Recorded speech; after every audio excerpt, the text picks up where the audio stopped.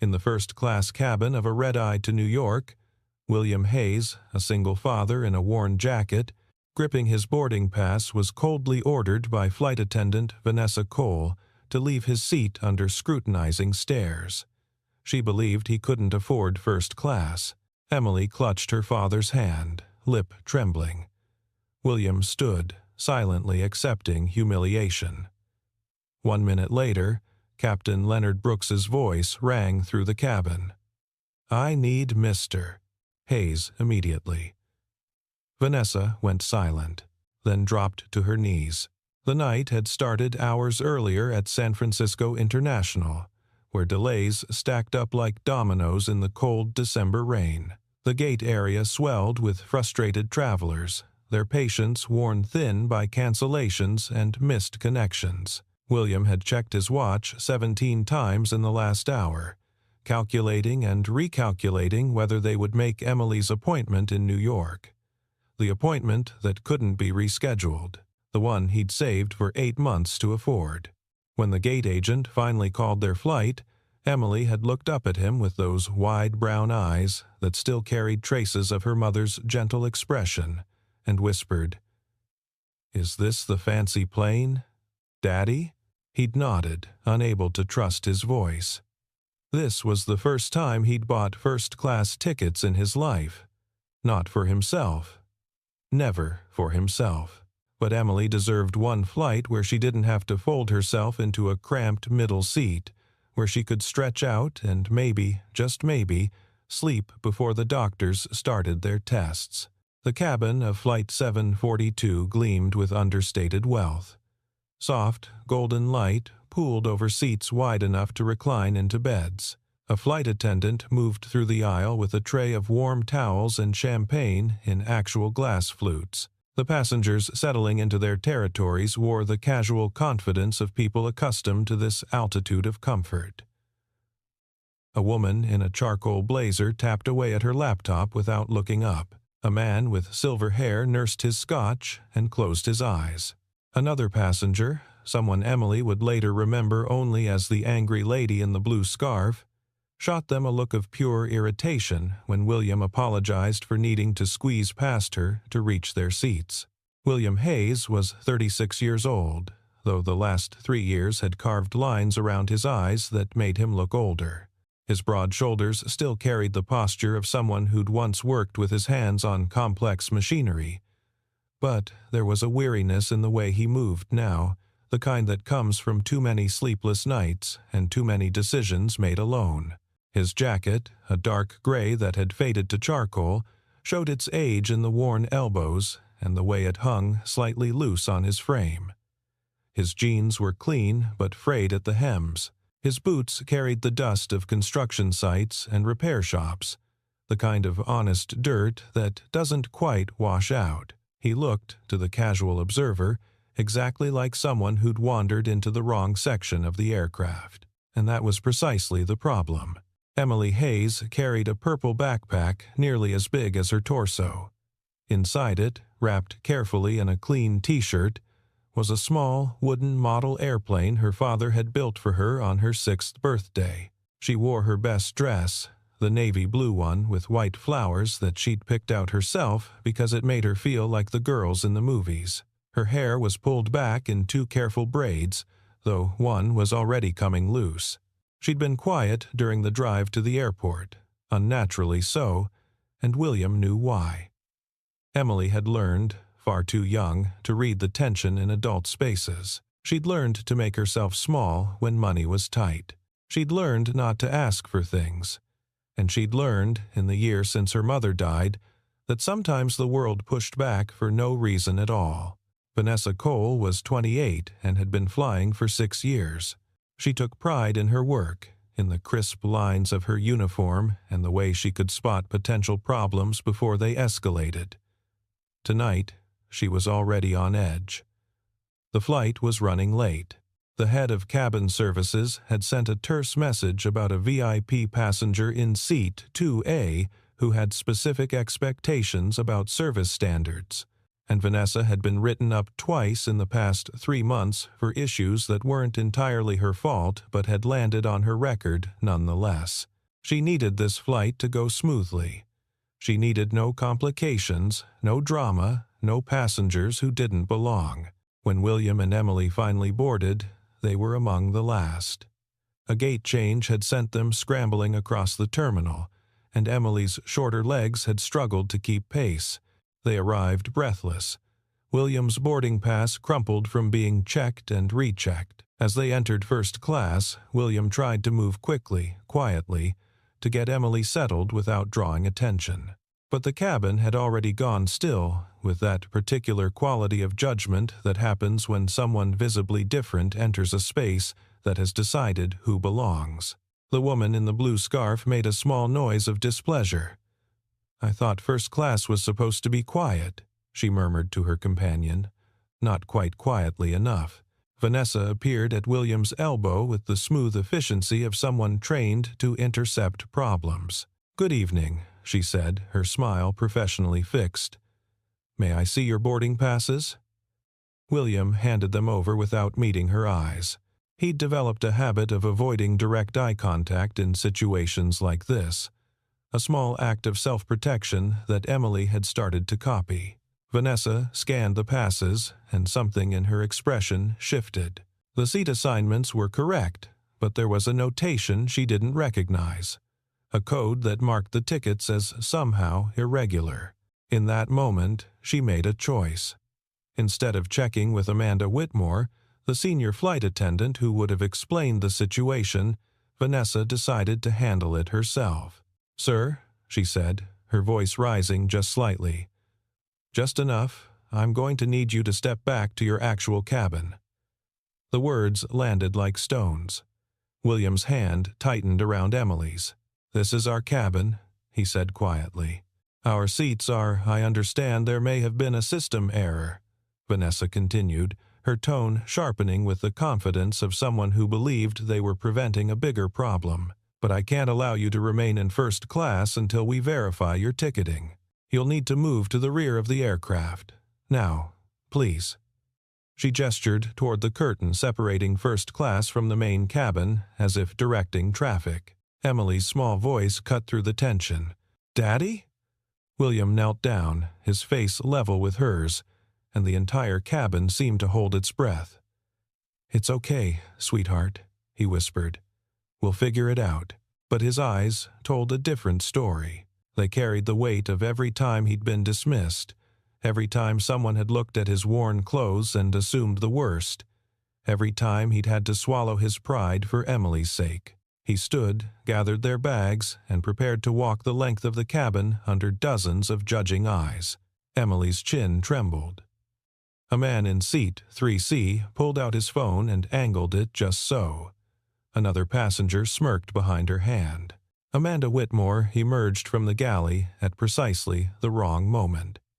She saw William standing, saw Vanessa with her arms crossed, saw the ripple of discomfort spreading through the cabin. "What's happening?" she asked Vanessa directly. Handling a seating issue, Vanessa replied, her voice tight. Amanda's eyes narrowed. She'd been flying for 22 years, and she knew the difference between a genuine problem and a misunderstanding wrapped in assumptions. "Did you verify?" she started to ask, but Vanessa cut her off. "I've got this under control." Amanda looked at William, really looked at him, and saw a father trying to protect his child from humiliation. She saw Emily's trembling lip and the careful way she pressed herself against her father's leg. Something was wrong here. But before Amanda could intervene, before she could ask the right questions, the decision had already been made. William had not always been a man who accepted injustice quietly.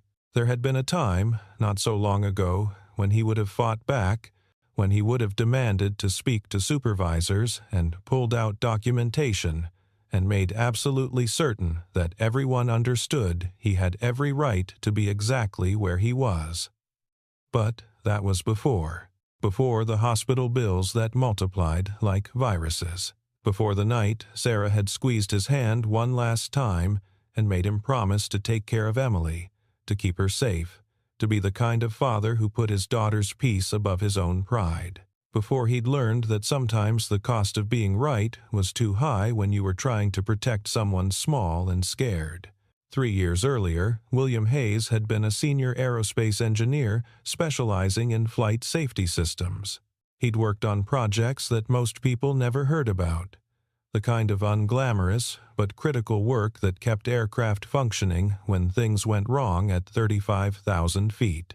He'd consulted on sensor redundancy systems and emergency protocol optimization. He'd testified before the FAA. He'd presented at conferences in Vienna and Singapore. His name appeared on patents that would outlive him.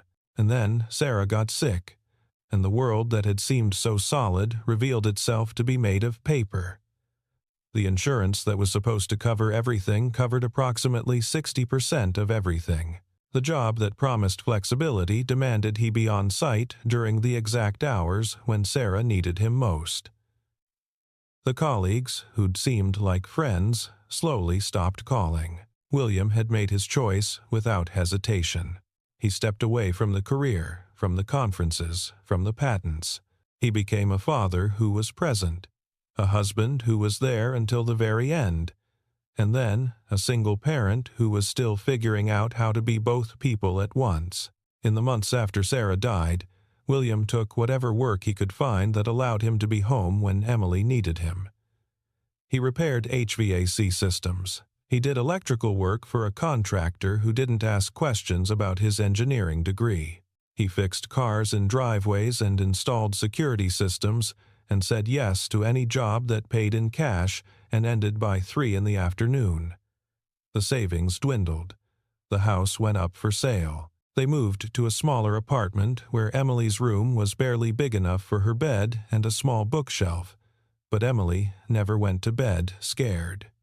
She never came home to an empty house, and when the letter arrived about the follow-up appointment in New York, the one that would determine whether the treatment had worked, whether the ghost of her mother's illness had passed her by, William had made another choice. He'd bought the first-class tickets, not as an indulgence, as a gift, as a way of telling his daughter, without words, that she mattered more than money, more than pride, more than anything else in the world. The envelope in William's jacket pocket crinkled slightly as he stood in the aisle, preparing to be escorted out of first class. Inside it was a letter from Northridge Aviation Safety, a consulting firm that had tracked him down 3 weeks ago with an offer. They needed someone with his specific expertise for a new project. The pay was good. The schedule was flexible. The work mattered. He hadn't decided whether to accept. Accepting meant stepping back into a world that had moved on without him, a world where people would ask where he'd been and why he'd left, and whether he was really still sharp enough to keep up. It meant risk, but it also meant stability for Emily, meant college funds and medical coverage and maybe, eventually, a house with a backyard again. The irony wasn't lost on him.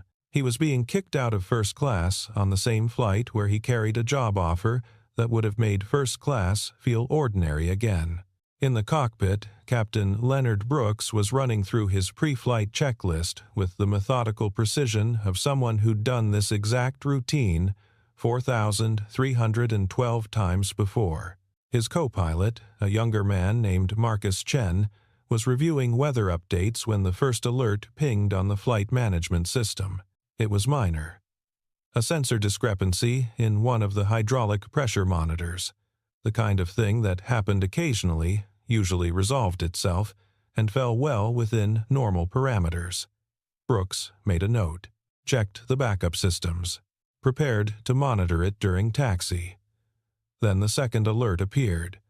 A slight irregularity in the flight control feedback loop, still minor, still within limits, but the combination was unusual enough to warrant attention. "Ground maintenance is on frequency," Marcus said. "Want me to get them?" Brooks nodded, but the radio connection was spotty, fighting through the interference of the storm system that had been delaying flights all evening. The maintenance supervisor's voice kept cutting out mid-sentence. Brooks made a decision. He would delay pushback until he had clear confirmation that the alerts were purely informational and not symptomatic of something deeper. As he reached for the cabin intercom to inform the flight attendants, his eyes caught on the passenger manifest displayed on the tablet mounted to his left. The system had been updated recently to flag passengers with specific credentials or backgrounds, a security measure implemented after several incidents where having the right expertise on board had prevented disasters. And there, highlighted in pale blue, was a name Brooks recognized. William Hayes, Flight Safety Engineer, former consultant on the exact type of sensor system currently throwing alerts. Brooks sat back in his seat. The odds were astronomical. But then again, he'd been flying long enough to know that sometimes the universe arranged itself in statistically improbable ways for a reason. "Get me Mr. Hayes," he said to Marcus. "Now." The intercom crackled to life just as William reached the curtain dividing first class from the main cabin. Captain Brooks's voice filled the cabin with the kind of authority that makes people instinctively straighten in their seats. "This is your captain. I need Mr. William Hayes to remain in his current location. This is a safety-related request." The cabin went silent. Vanessa Cole froze mid-step, her hand still outstretched toward the curtain. The passengers who had been watching William's humiliation with varying degrees of smugness or pity suddenly looked confused. Emily pressed closer to her father's side. William closed his eyes for just a moment, a flicker of something between relief and resignation crossing his face. He'd known, on some level, that his presence on this flight might not go unnoticed. He'd hoped it would. Captain Brooks emerged from the cockpit, his uniform crisp, his expression serious. He was a man in his early 50s with steel-gray hair and the kind of presence that commanded respect without demanding it.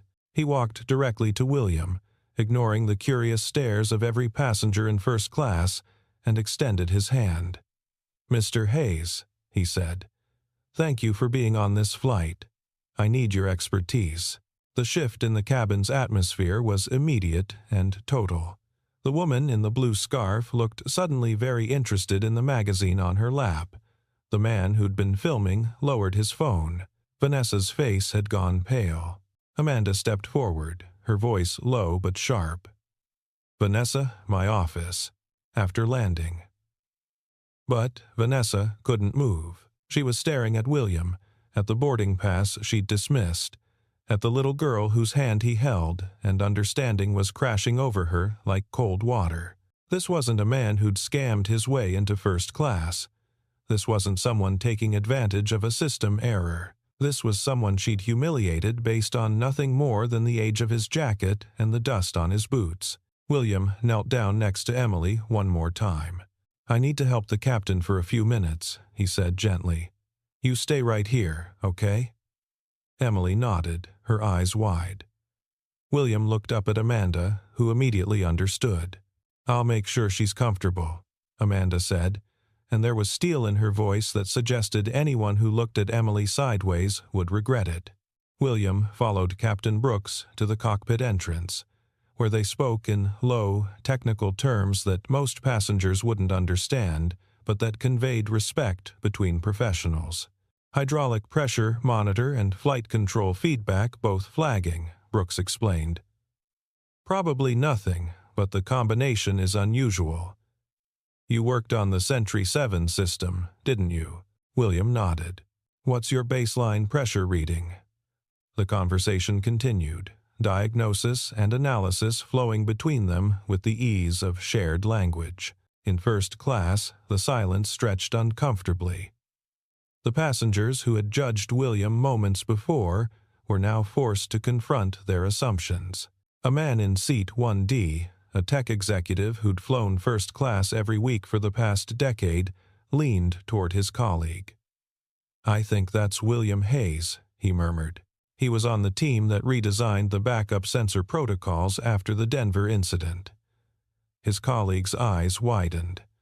The Denver incident had been national news, a near disaster averted by better safety systems. We assumed the executive started, then stopped, because finishing that sentence would require acknowledging exactly what they'd assumed and why.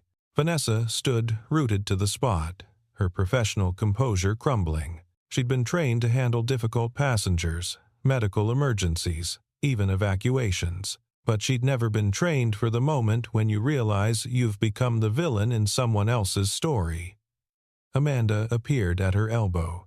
"He purchased those tickets," she said quietly, each word deliberate.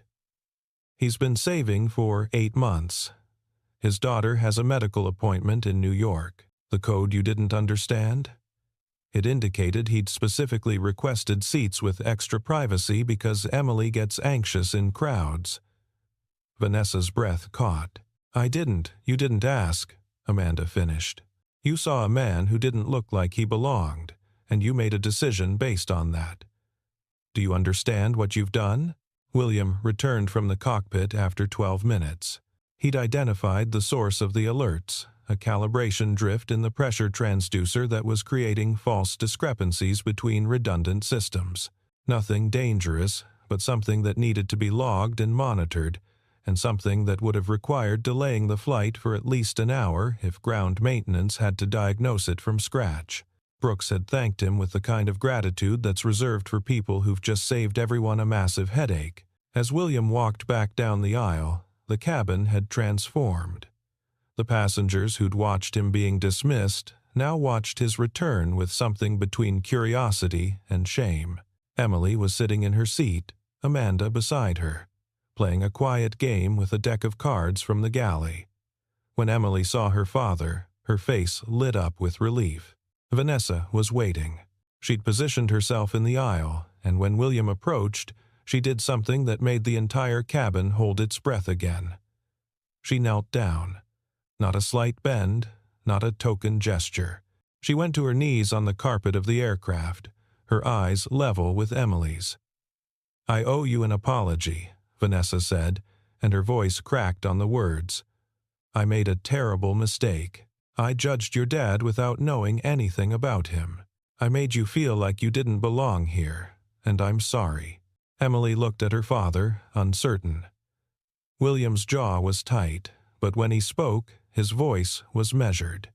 "You need to apologize to her," he said, nodding toward Emily. "She's the one you scared." Vanessa turned fully to Emily, tears pricking at the corners of her eyes. "I'm sorry I made you feel afraid," she said. "You deserve to be treated with respect. You and your dad both do." "I was wrong." Emily studied Vanessa's face for a long moment, her 7-year-old mind processing something that many adults never fully grasp, that people can make terrible mistakes and still be capable of genuine remorse. "You won't make other kids scared?" Emily asked softly. "Not ever again," Vanessa promised. Emily considered this, then nodded solemnly. "Okay." Captain Brooks's voice came over the intercom one more time. "Ladies and gentlemen, we've resolved a minor technical matter thanks to the expertise of one of our passengers. We'll be pushing back shortly. I want to remind everyone that on this aircraft, we treat each other with dignity and respect. No exceptions." The weight of his words settled over the cabin like a benediction and a warning in equal measure. The flight itself was uneventful in the way that flights should be. Emily fell asleep somewhere over Kansas, her head resting against William's shoulder, her small hand still clutching the armrest. William stayed awake, his mind turning over the events of the evening. The job offer in his pocket felt heavier now, more possible. Not because of what had happened, but because of how he'd handled it. He'd protected Emily. He'd maintained his dignity. He'd helped when he was needed. And maybe, he thought, he could step back into that old version of himself without losing the new version he'd become. Maybe there was room for both. Amanda checked on them 3 times during the flight, bringing warm cookies for Emily and coffee for William that he accepted with quiet thanks.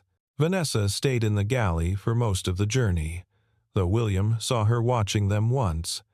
Her expression haunted. He knew that look. It was the look of someone who just learned something about themselves they couldn't unlearn. The trouble started before they landed. Someone had taken video of the initial confrontation, and it had reached social media while they were still in the air. By the time Flight 742 touched down at JFK, the clip had been viewed 40,000 times. The comments section was a battlefield. Half the viewers condemned Vanessa as a classist monster. The other half defended her, claiming she'd been following procedure. A few people recognized William from industry publications and added context. But the narrative had already begun to solidify into something simpler and angrier than the truth. The airline's public relations team was waiting at the gate with the kind of forced smiles that telegraph panic.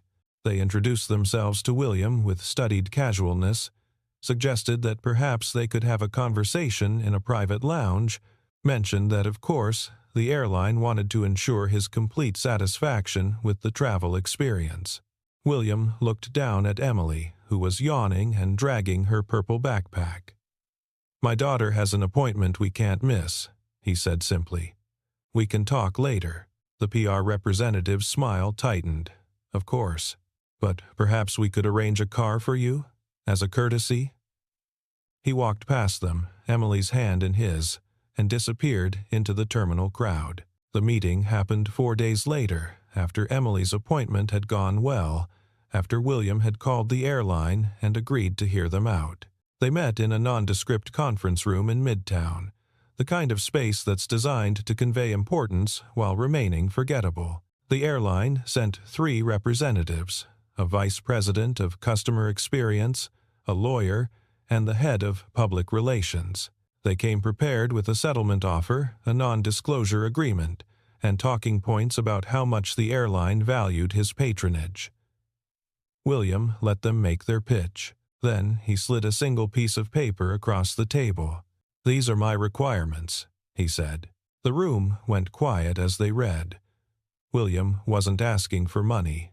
He was demanding change. A formal written apology addressed to Emily, acknowledging that she'd been made to feel unwelcome through no fault of her own.